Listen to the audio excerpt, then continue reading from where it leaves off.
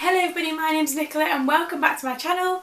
This is the Frugal Cottage where we talk all things money to help you on your financial journey. Today's video is Vlogmas number 2 and it's all about how to decide how much to invest. So don't forget to like and subscribe and let's get started. So I get this message or question quite often about how do you decide how much to invest? How did I come up with our number and how do you decide on your own? So I guess there are kind of 3 aspects to deciding what that number is going to be in your investments. And the first one, and if you've watched my channel before you'll know that this is what I'm going to say, is I don't think that you can start to think about investing and deciding on how to invest if you don't have a budget in place. And the simple reason for that is if you don't have a budget, you don't know how much you've got left over. i.e. you don't know how much is left over that you can put into your investments for the long term. So my first tip for you in terms of working out how much to invest is get some kind of budget in place.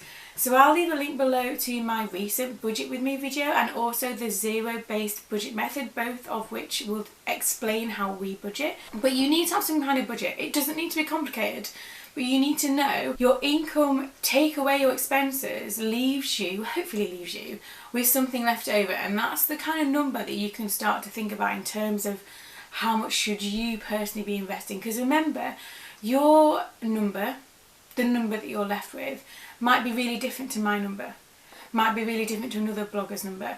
Personal finance is very much based on your own numbers, so this is why, hence the term personal finance. This is why you need to work that out. So the first step to this is to really look at your budget, look how much your household brings in, and that includes every source. If you get any kind of benefits, household income, as in salary, any kind of side hustle, work out what that is on an average per month, and that gives you a starting point.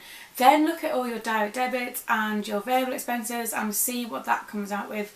Then look at kind of different things. So the second thing you need to do once you've kind of looked at your budget is you need to look at some short-term savings. And the reason why I say short-term is because these are things that maybe need to be used in, say, like the next 12 to 18 months, but they're also something that needs to be fairly easily accessible. So the 2 things I've included in the short-term savings that you need to think about before investing or working out how much you've got to invest is you need to have some kind of emergency fund set up.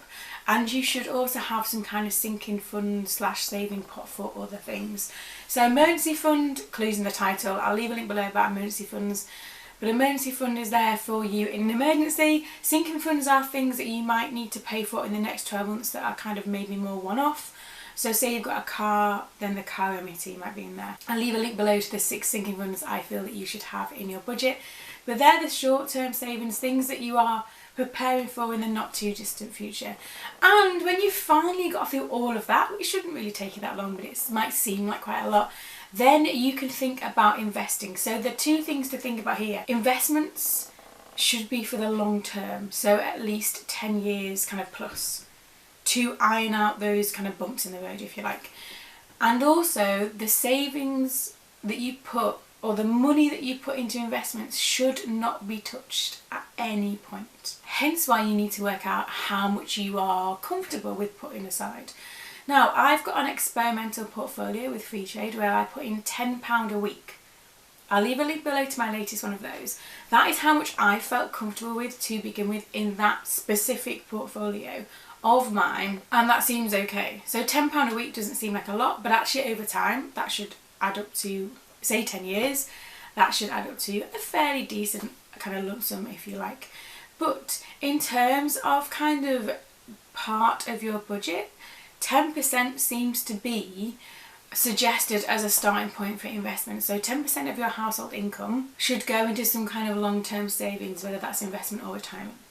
So have a look at what 10% would be in your budget and whether that kind of is realistic for you. It might not be. Don't overstretch yourself. If you can only put £10 a week in, have that as your starting point. At least you're starting to invest and deciding on that you're actually going to commit to this. The best thing you can do for your investment journey is to build it to be consistent. So if you worked out that every month you have £100 left over that you are going to send to your investments, do that every month, because consistency over time will pay off as well. automate that if you want to. So on payday, set up a direct debit, £100 to your investment account, ISA, wherever you hold it. The consistency, then you just get used to that disappearing, and then you can work on increasing it. The best thing you can do is get started, like I said, even if it's £10 a week to begin with, but go through your budget first, then your short-term savings goals, and then that should leave you with that final number that you can maybe think about starting investing with. And that is how you decide how much you can afford to put away for the long term. Imagine if you could do that every year for 10 years. Imagine where that could get you. There's actually a couple of like investment calculators around. If you just Google investment calculator and just play around with the figures, sometimes what doesn't seem like a lot and doesn't seem worth it, actually, if you leave it in there long enough, turns into like ridiculous numbers.